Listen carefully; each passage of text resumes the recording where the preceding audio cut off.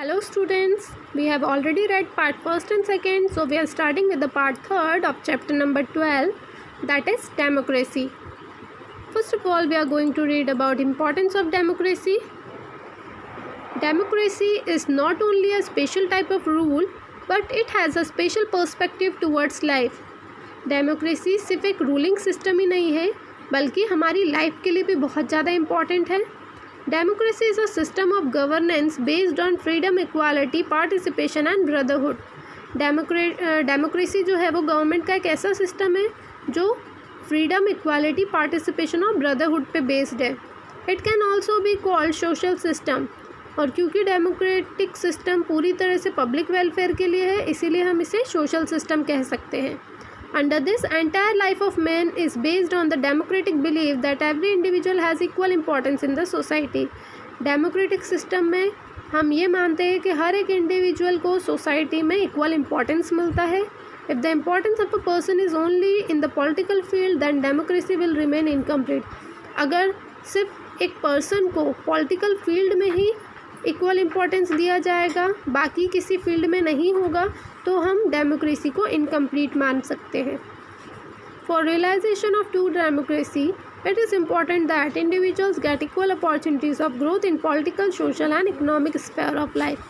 अगर हमें डेमोक्रेसी का ट्रू मीनिंग लेके आना है, उसका इम्पोर्टेंस बताना है लोगों को, तो उसके लिए हम यही कहेंगे कि हर एक इंडिविजुअल को ग्रोथ करने की अपॉर्चुनिटी मिलनी चाहिए, चाहे सिर्फ पॉलिटिकल फील्ड में ही नहीं बल्कि सोशल और इकोनॉमिक फील्ड में भी. Next is we are going to talk about democracy in India during ancient India. अब एंशंट इंडिया के टाइम पे किस तरह की डेमोक्रेसी थी. Democracy and ideas of democratic institution are not new for India. Democracy जो हम आज के टाइम पे फॉलो कर रहे हैं और इसके जो आइडियाज़ हम आज फॉलो कर रहे हैं, ये हमारे इंडिया के लिए न्यू नहीं है. It is believe that from around 3000 BC to 1000 BC during the Vedic period the tradition of representative consultation was prevalent among Indians.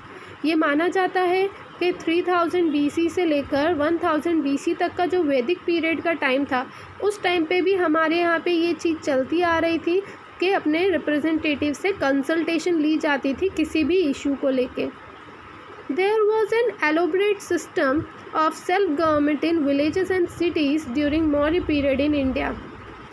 उस टाइम पे जब मौर्य पीरियड चलता था हमारे यहाँ इंडिया में, जब मौर्य पीरियड था, तब हमारे यहाँ का जो गवर्नमेंट सिस्टम था वो बहुत ही सेल्फ गवर्नमेंट सिस्टम था विलेजेस और सिटीज़ में. मीन्स वहाँ के जो लोग हैं वो डायरेक्ट डेमोक्रेसी को फॉलो करते थे. At the central level of king ruled. अब जो सेंट्रल लेवल होता था, मीन्स जो स्टेट का जो सेंट्रल मीन्स बहुत सारे स्टेट अगर किसी एम्पायर के अंडर में आते थे तो उसका रूलिंग जो था वो कौन करता था, किंग करता था. Therefore in ancient India the meaning of rule of king was serving the subject. और इसीलिए उस टाइम पे ये माना जाता था जो उनका मेन जो सब्जेक्ट होता था गवर्नमेंट का, वो होता था रूल ऑफ किंग. मतलब वहाँ पे सिर्फ किंग का रूलिंग चलता था एंशिएंट इंडिया में.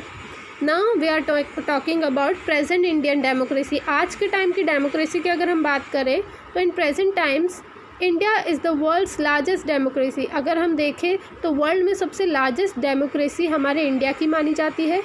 Citizens were given universal adult suffrage in accordance with the fundamental principles of democracy by the constitution.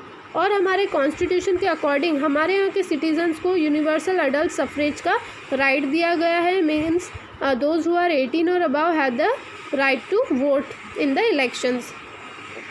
All adult Indian citizens were given the right to vote without any discrimination by which the people could elect the representatives of their choice and form a popular government. अभी मैंने बताया हर एक Indian को vote देने का right होता है बिना किसी डिस्क्रिमिनेशन के, चाहे वो कोई सी भी कास्ट का हो, अपर स्टेटस का हो, लोअर स्टेटस का हो, जिससे कि वो अपने पसंद के रिप्रेजेंटेटिव्स को इलेक्ट कर सकते हैं और एक पॉपुलर गवर्नमेंट को वर्किंग में ला सकते हैं उसे जिता के. I hope you must have understood the topic. Thank you.